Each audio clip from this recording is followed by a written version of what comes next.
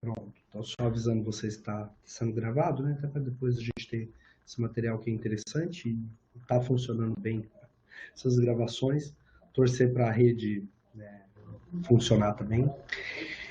A gente vai seguir então, né, com a nossa análise. A gente já está se aproximando do final da disciplina, né? Nós temos mais 3 aulas, se não me engano.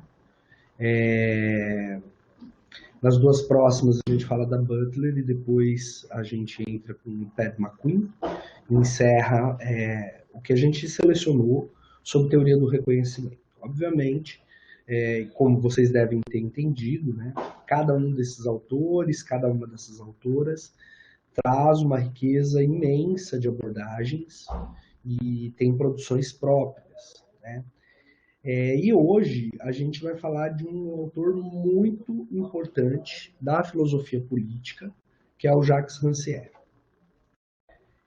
Então, situando vocês, o Rancière é um dos grandes filósofos que nós temos no mundo contemporâneo. Ele trabalha com um número variado de expressões e de objetos. É dos autores que eu mais gosto atualmente de ler, até porque o Rancière faz um casamento entre algumas ideias psicanalíticas, não dá para falar que é psicanálise, algumas ideias da arte, mas também não dá para dizer que ele se dedica ao estudo de arte especificamente, e com toda certeza como que esses contextos implicam na questão democrática, né? Como um filósofo político, como eu pelo menos percebo ele, ele tem um retrato muito interessante do mundo contemporâneo. E aí, antes da gente entrar no texto e nesse diálogo dele com o Axel Honneth, né, vamos entender um pouquinho algumas ideias gerais do Rancière, que não se aplicam exclusivamente a esse contexto do texto, mas no sentido amplo da teorização dele, né? Então, a ideia de política, né, para ele, tem a ver com as questões relativas a atividades de igualdade, inclusive quando a igualdade não acontece. Né? Porque o Rancière, como um autor contemporâneo, eu acho complicado de chamar ele de pós-estruturalista, porque ele não gostaria ou não gosta desse tipo de rótulo, pelo que eu conheço dele, né? E do que ele defende de perspectivas, né? O dissenso, aquilo em que nós não somos iguais, aquilo que não é o ponto de convergência, para ele mobiliza muito mais interesse do que as teorias que estão visando e pensando o consenso. Então, a política, para ele, são essas atividades e elementos que vão trabalhar a igualdade. E claro que na sua contraposição, que é a desigualdade. Né? E aí o disagreement, né, o desacordo, como a gente pode traduzir, é um ponto central para ele. Tem um livro, né, chamado Disagreement, em inglês. Em francês é um pouco difícil de pronunciar, apesar de entender. Mas é interessante essa ideia, que ela é central, e para ele é da própria ideia de natureza humana, né? Que há o dissenso, que há questões de conflitos intransponíveis e que isso, não encarado como parte da sociedade do viver humano, traz prejuízos. Essa é a ideia central dele, né? E que vai ter a ver, inclusive, com o combate dele a ideias universalizantes. Né? O conflito é parte, se me permitem uma certa interpretação do que ele diz, né? O conflito é parte das relações humanas. Né? E numa outra perspectiva, muito embebido em Foucault, e concordando com Foucault, ele vai trazer a ideia de controle, ou policia, né, em latim ou italiano, que é essa questão do ordenamento simbólico social, tentando determinar quem e quanto cada um pode participar. Quem pode participar e quanto cada um participa no jogo de interesses sociais. Né? E outra questão é a questão da própria igualdade, né? Esse conjunto de práticas, esse ideário, né? Num certo sentido, que diz que todos e todas somos iguais, e é estranho a gente pensar isso, né? De uma maneira analítica e racional, mas a igualdade não é algo dado. A igualdade é um ideário, né? Assim como, né, eu já ouvi, particularmente assusta a gente pensar, mas de um Nietzscheano muito próximo a mim, um questionamento, e não no sentido de defender uma posição, né, como todo bom Nietzscheano, a partir de que, né, momento a gente pressupõe que o bem, a igualdade, todos esses elementos são um caminho, né? São um objetivo final. E numa visão, né, do que eu também apreendo, né, de Nietzsche, isso é uma forma de controle, né? Porque nessa perspectiva é na batalha e no confronto que, né, o tecido social se dá. Mas enquanto ideário, a igualdade nos mobiliza, né? É algo que norteia as ações em sociedade. Mas dar isso uma realidade é algo complicado nessa perspectiva, né? E me parece que tanto a influência particularmente de Foucault e do Foucault que bebeu de Nietzsche, do Rancière. Uma outra questão é a pós-democracia, né, que a gente tem como uma certa definição o sistema conceitual da modernidade baseado na identidade, né, da sociedade do indivíduo e da consideração da sociedade como soma de suas partes. Então, seria uma ideia pós-democrática, porque ressignifica a ideia de luta democrática em outros parâmetros, né? Então, isso é importante a gente pensar. E aí, já entrando no texto dessa semana, né, essa categoria, o desacordo, né, o disagreement, é para Rancière uma categoria política primária. Ela norteia as relações sociais, independente da gente dar atenção a ela ou não. E o problema de reconhecimento e de inteligibilidade mútua vão estar relacionados, ou vai estar, né, enquanto problema geral, relacionado à questão do desacordo, né? Rancière traz o efeito do conflito, o conflito antes dessas questões. E aí, né, reconheceu e inteligir mutuamente, pensar da mesma maneira, para ele vai ser um campo fértil para se pensar esses desacordos, né? E o desacordo, nessa perspectiva do reconhecimento, vai ser interessante para a gente analisar justamente quando é que um grupo reconhece o grupo diferente como igual, capaz de dialogar, né, e de ouvir, ser ouvido e dar respostas ao grupo de referência. É interessante pensar isso. E o dissenso está dado, às vezes, muito anteriormente ao consenso, né? E aí eu cito uma frase traduzida por mim deles, né?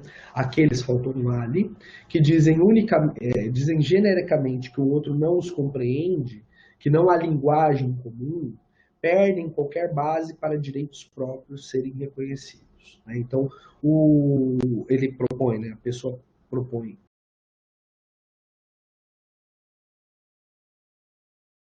né, aumentam a sua própria força, não apenas no nível da argumentação. Então, ele está dizendo que é estratégico dizer que o outro não nos compreende enquanto grupo e que isso dá força no nível de argumentação. Portanto, tanto o acordo quanto o desacordo vai ter a ver com a capacidade comunicativa de entendimento, né, de uma certa perspectiva comunicativa entre ser reconhecido ou não ser reconhecido. E para ele, O que nós compartilhamos entre os grupos humanos é o desacordo, não o consenso, né? É o dissenso que é muito mais verificado, muito mais presente do que o consenso, nas sociedades contemporâneas, principalmente, né? E aí vem a questão da tradução, né? E aí, por isso, ele começa o texto, né, esse texto da aula de hoje, falando da questão da tradução, que toda tradução, em um certo sentido, ela é um processo de, né, acordos e desacordos, né? E aí, esse desacordo tem tanto o sentido de ouvir como de entender, né? Pressupondo que essas relações humanas elas são baseadas, elas se pautam a partir dos desacordos. E que o acordo, aquilo que comunica, ou se a gente pensar, né, o local de inteligibilidade de um entender o outro, se eu entendo, eu reconheço. Né? É mais raro do que o próprio dissenso. Então, ele vai emergir numa análise mais filosófica desses termos e de algumas decorrências muito importantes para a gente entender também por que os grupos ainda continuam se degladiando. Né? Numa perspectiva dessa análise dele, me parece que não há como conciliar de maneira finalística, né, os grupos. Né? E é o que ele vai defender, inclusive, mais para frente do texto. Né, em relação às minorias, às questões das políticas identitárias e suas decorrências. Né? Essa questão da distorção do processo comunicativo é uma coisa importantíssima que ele solta no começo do texto e que, se a gente não se ater, pode levar à incompreensão. Né? Em que sentido? Que como ele coloca que o acordo e o desacordo se tratam de questões comunicativas entre grupos diferentes, que num princípio não se conversam, só é possível haver acordo se houver esse processo comunicativo. E o desacordo está na falta de comunicação. Mas não há como dois grupos diferentes, na diferença, se comunicarem, porque sempre vai haver uma certa distorção inerente aos processos de comunicação. E aí, né, para Rancière, o ato de comunicação é um ato de tradução que tem a ver e tem interesse em terrenos que a gente não domina. Só vai haver interesse em pensar desacordo, em pensar comunicação, onde ela já não existe. Ou já não, onde ela não existe.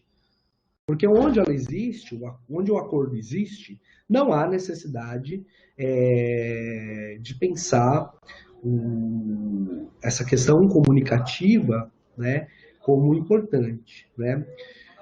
Então, Alexandre, essa pergunta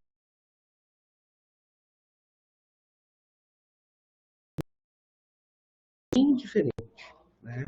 Porque a Yang vai para uma direção da democracia comunicativa e o Rancière não está muito preocupado com essas questões, não. Não é a mesma perspectiva do que eu entendo. Até porque não entendo que, por exemplo, quando ele vai falar de minoria, ele vai fazer a análise que ela vai dar particularmente ao papel das minorias. Né? Muito pelo contrário, ele não está preocupado com onde as coisas se encontram. Ele está preocupado por que elas não se encontram. Né? E que, como ele vai defender, diferente dela e de outros, todos os autores, e no texto inteiro, o dissenso, né? O desacordo, ele é muito mais presente em sociedade do que o acordo.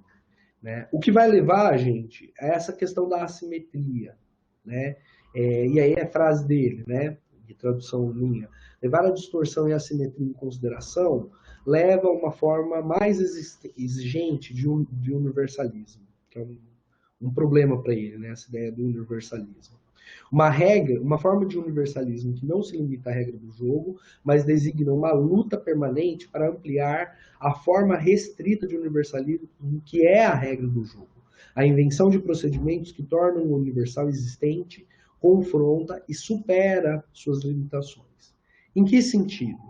Quando a gente dá a ideia de universalidades, de relações universais, de categorias universais, de formas de, a gente suprime uma série de outras relações sociais e formas de interações numa perspectiva, inclusive, que não é democrática. Ele não vai usar esse termo, tá? Não vai usar esse termo. Inclusive no livro O Ódio à Democracia dele, por isso que eu insisto nisso, viu, Alexandre? Não é a mesma perspectiva da Jung. Ele vai apontar como, na verdade, essa questão da democracia tem a ver com o dissenso, do permanente dissenso. Né? E essas assimetrias, para ele, produzem a impossibilidade do universal como algo único. Né? O que é universal é o assimétrico. O que é universal é um sem parâmetro. O que é universal é a disputa comunicativa. É a posição que eu falo e até chegar no outro há uma distorção. Né? E isso é interessantíssimo, porque é aí que ele vai questionar, quando ele está criticando o reconhecimento, a gente deve entender, ele está criticando o reconhecimento hegeliano e o reconhecimento do Honneth, que é hegeliano. Né? Ou pelo menos na minha penso, né? Essa é uma questão complicada, talvez também seja kantiano, mas de todo modo, ele vai questionar o reconhecimento dessa filosofia que é traduzida atualmente pelo Axel Honneth, mas que é baseado nessa ideia de identidade substantiva. Né? Em alguns trechos do texto, inclusive, me parece que ele é irônico, quando ele traz uma certa romantização das três perspectivas de reconhecimento que o Honneth defende. Né? E essa identidade como substância, né, é algo complicado.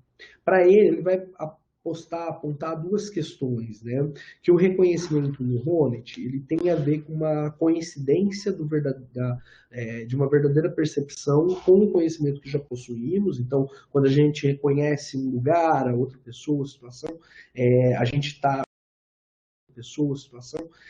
a gente está se identificando, né? Então aquilo já existe. Mas, do ponto de vista moral, a reivindicação dos outros, que exigem que os tratemos como identidades autônomas ou igualitárias. Né? E aí, para ele, essa é uma perspectiva do reconhecimento como ato de confirmação. O que me parece que na argumentação do Jacques Rancière, isso é uma expressão e não tão das mais profundas da temática. Né? E aí, essa centralidade, né, do indivíduo como não egoísta, né, e da comunidade como não utilitarista, para ele, no mínimo, frágil. Né?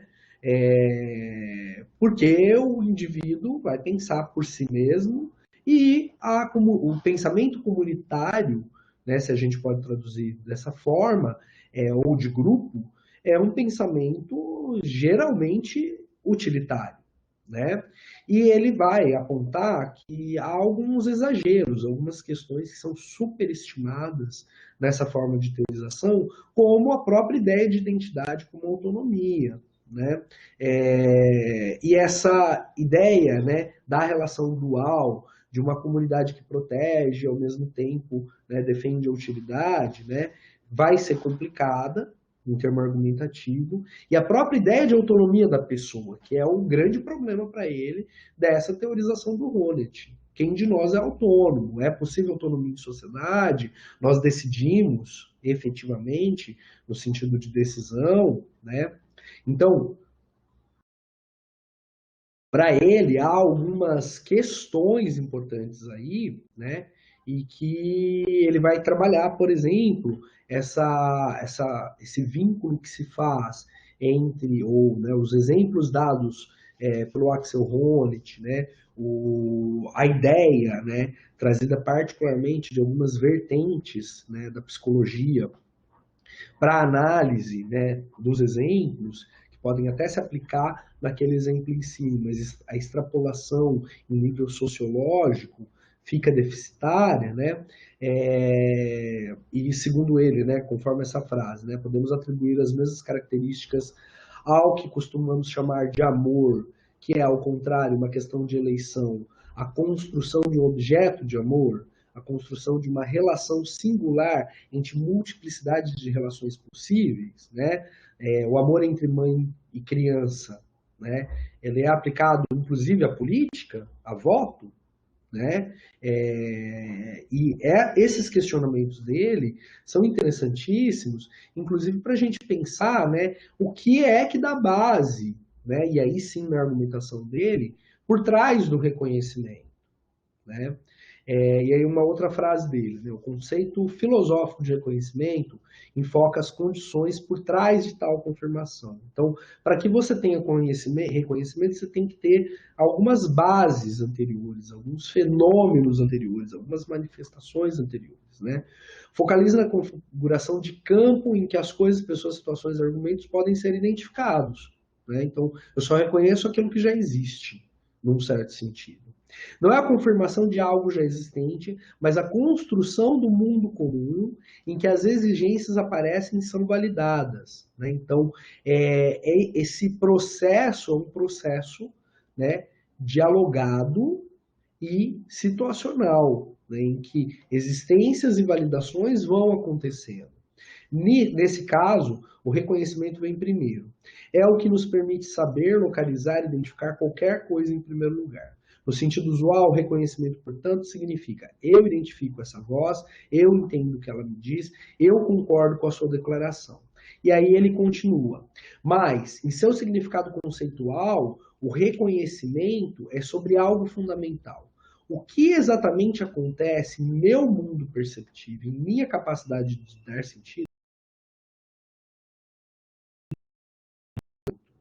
Como é que eu ouço essa voz como uma discussão sobre algo que compartilhamos, sobre um mundo em comum?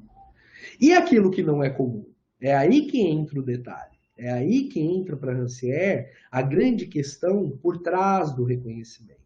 Né? E aí ele vai analisar isso, trazendo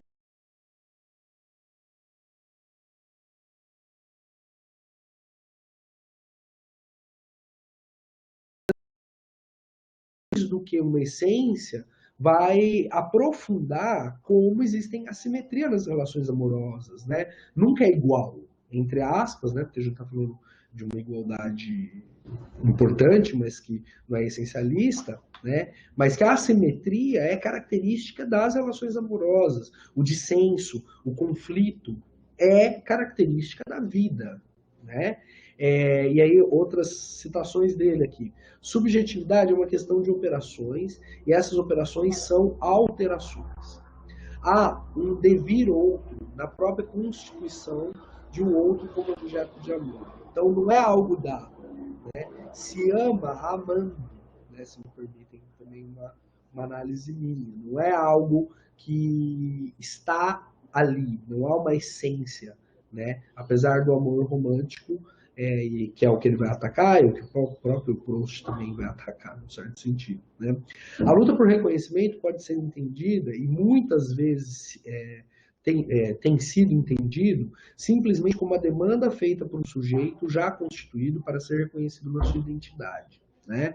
Então, e essa é uma das grandes críticas dele. Né? A luta do reconhecimento, ela não é de um sujeito que existe, mas o sujeito vai existindo a partir desses dissensos, a partir da própria luta. Né? Porque para ele, o termo luta por reconhecimento, que é tão caro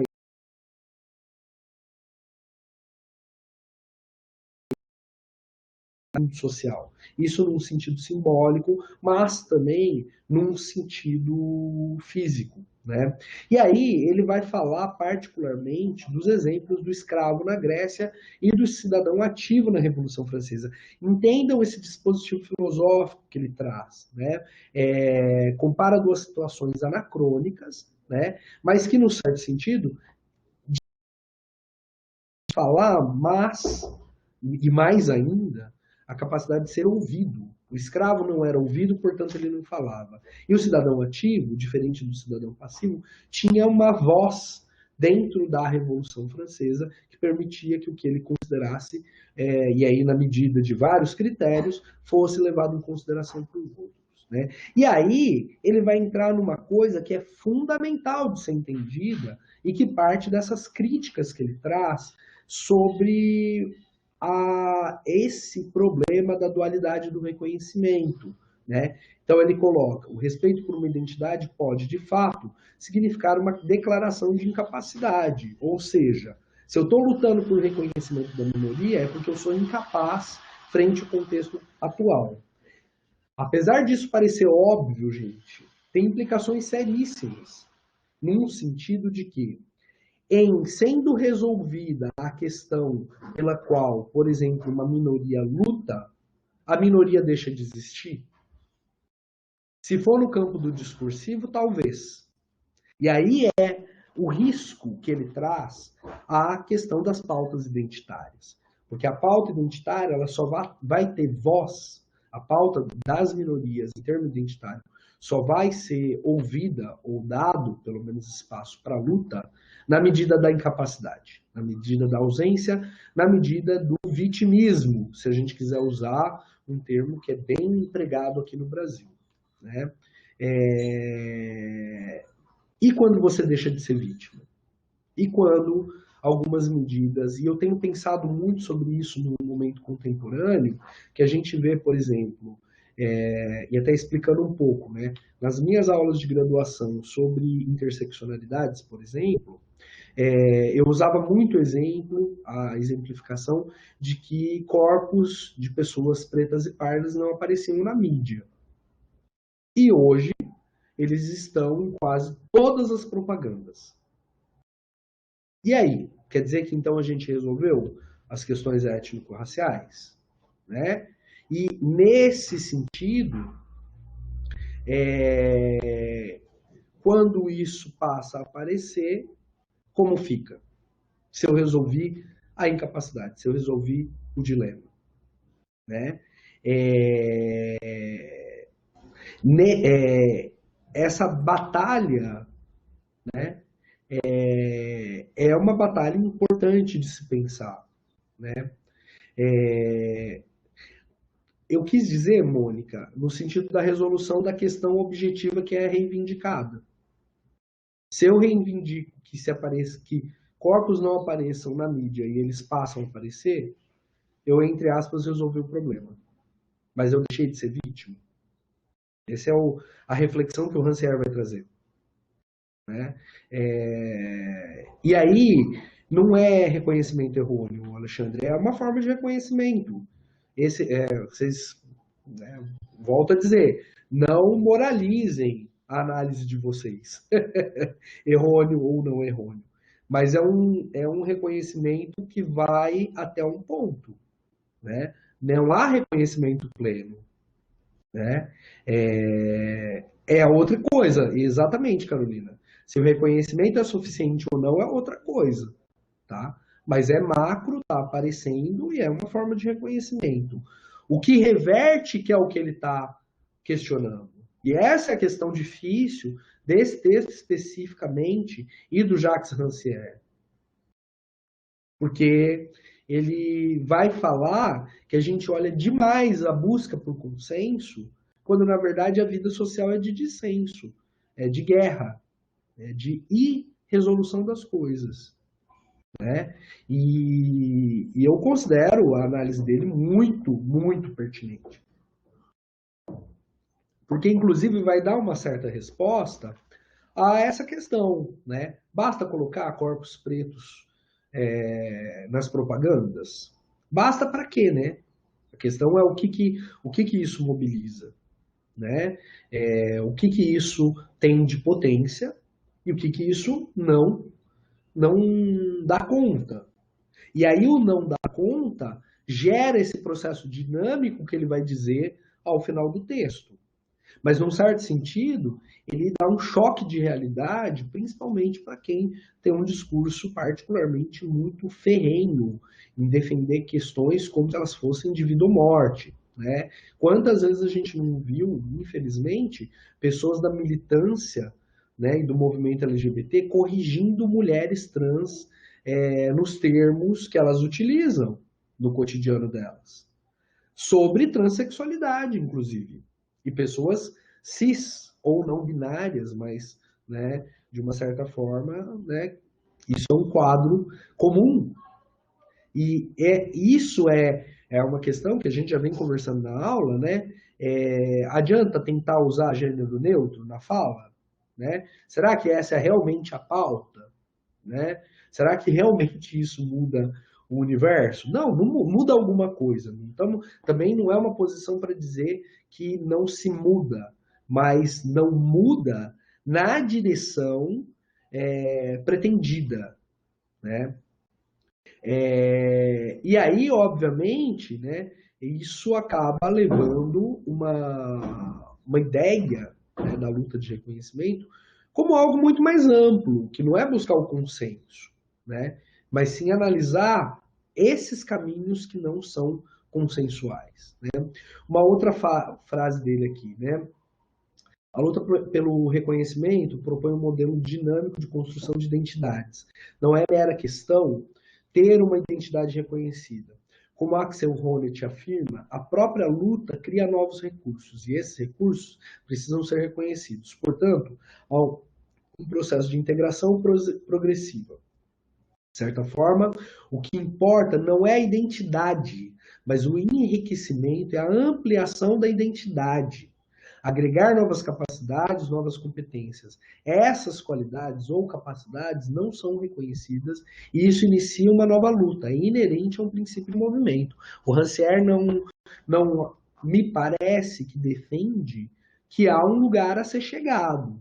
E é por isso que ele vai atacar a ideia de telos, né? De final, né? De um espaço, né? E que justamente essa ideia de final feliz, exatamente, Dovan, ou de receita, ou de correção do mundo, é algo complicado para ele entender e ele argumenta complicado para ele entender e ele argumenta de maneira muito potente, né, muito segura, muito sustentada, né, a certa ingenuidade, né, de quem defende essas formas de interação, né. E aí, né, já encaminhando para o final, ele vai trabalhar, na minha perspectiva, sobre a questão de identidade. Né? Então, uma das frases do texto, né, o nós não é a expressão de uma identidade. É um ato de enunciação que cria o sujeito que ela nomeia. Isso é importantíssimo. Em várias aulas a gente vem, num certo sentido, analisando e, inclusive, também fazendo uma crítica a como, às vezes, os movimentos sociais, ou os grupos, ou as lideranças, falam sobre um nós e não representam esse nós. E o que o Rancière faz é inverter essa lógica. Ele fala assim, olha, realmente não é o coletivo. Mas quem diz que não há algo aí? Se cria um artefato, se cria um artifício, se cria um personagem, mas confundir essas duas instâncias, o coletivo, o grupo, com essa nova entidade criada pelo nós, é o problema. E aí ele vai exemplificar, né, o que ele está querendo dizer aí. Em particular, trabalhadores, né, o nós trabalhadores, não designam um grupo já existente de identidade existente. É um operador realizando uma abertura, ou seja, um dispositivo. É uma forma de mudar algumas coisas. Os verdadeiros trabalhadores que constroem este assunto o fazem rompendo com dada identidade no sistema de cargos existente. Então, apesar da estrutura trabalhista, a gente se reúne e cria um nós trabalhador, que não somos nós, mas é o quê? Uma estratégia comunicativa para luta por reconhecimento. Portanto, não é uma identidade, gente. Né? Nesse ponto, me parece que, inclusive, o que ele está defendendo é a impossibilidade da existência da tal da identidade. Né? E aí a luta por identidade fica bem difícil. Né? Continuando aqui. O ponto-chave é que eles não praticam, os trabalhadores, como sua capacidade como grupo, como capacidade possuída pelo grupo de os trabalhadores, mas como a capacidade possuída por aqueles aos quais a capacidade é negada em geral. Então, é a partir da negação, é a partir da impossibilidade, é a partir da falta de reconhecimento, né, que passa a existir a possibilidade desse nós discursivo. Então, eles afirmam a capacidade comum, a universal capacidade como a capacidade daquele a quem é negada em geral, ou a capacidade de qualquer pessoa. Meu ponto é que a dinâmica vem da atuação dessa capacidade que está além de todas as especificidades de capacidades. Isto é, além de qualquer capacidade que seja reconhecida como sendo específico por determinados lugares sociais, posições e identidade. É a capacidade de qualquer pessoa ou de quem como tal. Ou seja, quando a gente reivindica algo e cria esse nós, esse artifício, essa estratégia, é justamente porque não está dando conta daquelas já existentes. E aí, por isso, ele vai dizer da ideia de ampliação, né? E aí ele vai mais a fundo, né? Ele vai defender que a desigualdade ela é o testemunho da igualdade. E que igualdade e desigualdade estão juntas. Você só luta por desigualdade, pela igualdade, se você reconhece que é possível essa igualdade. E mais, que existe a desigualdade. E aí ele, citando ele, né? A própria sociedade de desigualdade não poderia funcionar sem essa capacidade. Né? A desigualdade deve pressupor igualdade. Ao mesmo tempo, para negar, a subjetivação política exerce essa capacidade, que é negada por todas as distribuições de competências sociais e identidades. Ela constrói o palco da sua própria atuação. Olha só a perspectiva dialógica e dialética, né? E de acontecimento, né? Como alguém que bebeu em alguns pós-estruturalistas como Foucault. Né? É a construção assimétrica, porque constrói um mundo ao mesmo tempo que existe e não existe. Portanto, é uma forma de localizar a presença de igualdade dentro da desigualdade, a fim de lidar com a oposta forma da relação de igualdade e desigualdade. Então, ele não está opondo desigualdade e igualdade, mas dizendo que uma é constitutiva da outra. Ou, voltando ao começo, é uma configuração polêmica do universal. Esse é o universal em Rancière. O universal é o dissenso, é a desigualdade na igualdade, é o dissenso no consenso e o consenso no dissenso. Né? Existem pressupostos, ou seja, no próprio fenômeno, né, há sua antítese. E isso é muito diferente do que a gente sempre pensa, polarizando as coisas, moralizando as coisas, numa perspectiva religiosa de bem ou mal. Né? A ideia aqui é bem e mal. O bem e o mal são a mesma coisa num sentido filosófico. Né? A questão não é o relativismo contra o universalismo, ou o universalismo contra o particularismo. O fato é que nas relações humanas, até agora, o universalismo sempre foi particularizado. Então, você tem um universal. Essa é a questão para ele. Como que você adota um universal? Uma particularidade como todas, né? Então, o que está em jogo na subjetivação política é uma singularização polêmica da diferença do universal em relação a si mesmo. É uma forma de romper o fechamento do universal e de reabri-lo. Então, é polêmica por quê? Porque não se resolve, porque não há consenso. E na diferença, o universal é diferença, o universal é pluralidades, né? E a questão do Rancière, que ele, me parece, né, ataca no Honneth e nos outros autores da teoria do reconhecimento, é esse regramento de uma forma só das coisas se darem, né? E como se a ideia de reconhecimento fosse, numa certa direção, de extinguir o debate. Né? Para ele é impossível isso e não é produtivo, inclusive. Sobre política identitária, né, e política e identidade, ele vai encerrar o texto, né, falando questões bem interessantes, né? Muitas vezes fui censurado pelo fato de que a política, para mim, é apenas insurreição. De modo que quando nenhuma insurreição está acontecendo, há sem política, não há política. Tudo se perde e assim por diante, né? Mas acho que podemos facilmente escapar dessa apresentação do dilema. Não é uma questão de revolta ou espontaneidade de um lado e processo lento de outro. A questão é, como identificamos o motor por trás do processo de espalhar o poder da igualdade? Porque para ele, gente, a questão complicada é essa pressuposição identitária, inclusive, de que há um lugar para se chegar, há um telos, né? É teleológico, ou seja, tem um caminho para um futuro, né? E aí ele está atacando sumariamente qualquer teoria da modernidade que acha que vai chegar num lugar, né? Numa perspectiva evolucionista, né? Do ponto de vista, não há motor na história. A história não faz nada. Eu sei que, de certa forma, não é muito satisfatório, mas acho que é a única maneira pela qual podemos pensar a igualdade. Não como uma espécie de sonho no futuro, mas como um poder que é já atuando em todas as nossas relações. A história não faz nada.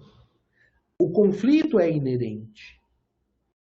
Essa é a realidade, entre aspas, esse termo, dada e ocultada pelas lutas, muitas vezes, pelas teorias de reconhecimento, segundo Rancière. Não reconhecer que estamos em eternos conflitos, em eternas divergências, em eternas buscas por predominância de grupo e por processos comunicativos que sempre serão falhos, para Rancière é uma aposta indevida. E é o ódio à democracia. Ele vai analisar isso no livro, né, que a incapacidade de dialogar adversários políticos é o que gera essa apatia política em que as pessoas têm raiva de política, não querem ouvir política, não querem estar. Porque é no dissenso, né? Se eu tenho regramentos de como funcionam as coisas, eu não tenho uma perspectiva efetivamente política, né? Bom, isso era o que eu tinha para apresentar para vocês do texto, né, do Rancière, um pouco também dele, né, em si, né, daquilo que ele traz. E aí, quem quiser fazer uso da palavra, quem quiser conversar, vamos continuar, tá? Antes da gente fazer as atividades. Alguém tem alguma dúvida, algum comentário? Professor, primeiramente, obrigada pela aula, acho que foi bem esclarecedora. Aí eu estava até pensando que eu acho que durante a minha atividade eu devo ter escrito algumas coisas assim, meio sem noção, que agora o senhor falando, eu fiquei, tipo, meu Deus do céu, eu confundi alguns termos, por conta da tradução mesmo, e eu acho que foi bastante esclarecedora. Só agradecer mesmo. Ah, imagina, querida. Acontece, essa é uma questão também, né? Tanto que o texto nem era muito longo, acho que foi o menor texto da disciplina, né? Porque a gente entende que tem essa questão do inglês, da tradução, que é um pouco mais complicadinha, né? Então, mas tudo bem, vamos ver. Eu não mexi ainda nem no fórum da semana passada, né? Então, depois eu dou o retorno. Mais Ô, algum Rodrigo, comentário? Fala, Alexandre, depois não. assim, eu fiquei bem perdido também no texto, assim, eu acho que eu devo ter escrito um monte de abobrinha, mas, enfim, com relação a essa questão do reconhecimento, quando ele começou a discursar no texto, eu me lembrei daquela questão de Foucault sobre um monumento, seria mais ou menos isso, eu tenho tipo, uma estrutura já delineada, mas os intempéries vão fazendo as suas modificações, foi isso que me veio na cabeça, não sei se estaria correto eu ir nesse sentido também. Não entendi, perdão, Alexandre, deu uma cortada aqui. Opa. Então, é que tem uma obra do Foucault que fala sobre monumento e documento, né? Que o documento é aquela coisa estática e inflexível, e tem um monumento. Eu pensei muito no reconhecimento nesse viés, assim, de ser um monumento, por exemplo, eu já tenho uma estrutura pré-delineada, que é onde, né, teria uma prévia de reconhecimento, mas ele sempre é mutável, né? Com as relações com o meio. Eu não sei se eu estaria, nesse sentido, estaria um pouco correto. É que eu tentei fazer muita assimilação, assim, com essa obra. Eu acho que não daria para a gente fazer esse casamento automático, mas eu entendo a ideia que você está dando. Porque o problema é o seguinte, Alexandre. Nessa ideia, num certo sentido, o Rancière não gosta muito do termo reconhecimento, né? Não gosta muito. Falando de uma maneira um pouco mais como eu entenderia, né? Ele vai preferir o termo dissenso, né? Ou, né, desacordo, né? Porque, inclusive, ele é um autor que vai insistir nessa questão de que as coisas estão acontecendo, né? Que não é pelo aquilo que a gente chega em consenso o problema, que o problema é justamente no dissenso. Não é problema, né, mas a vida social. Então me parece que mesmo a ideia de monumento não seria muito apropriada ao que ele vai colocar. Mas, né, essa ideia entre estática e uma questão dinâmica, né, que é o que está no Foucault, é uma coisa interessante para pensar. Né? Mas ele vai, para ele, eu acho que é difícil pensar a ideia do reconhecimento como uma teorização sustentável, né, filosoficamente. Mais alguma coisa, gente? Não?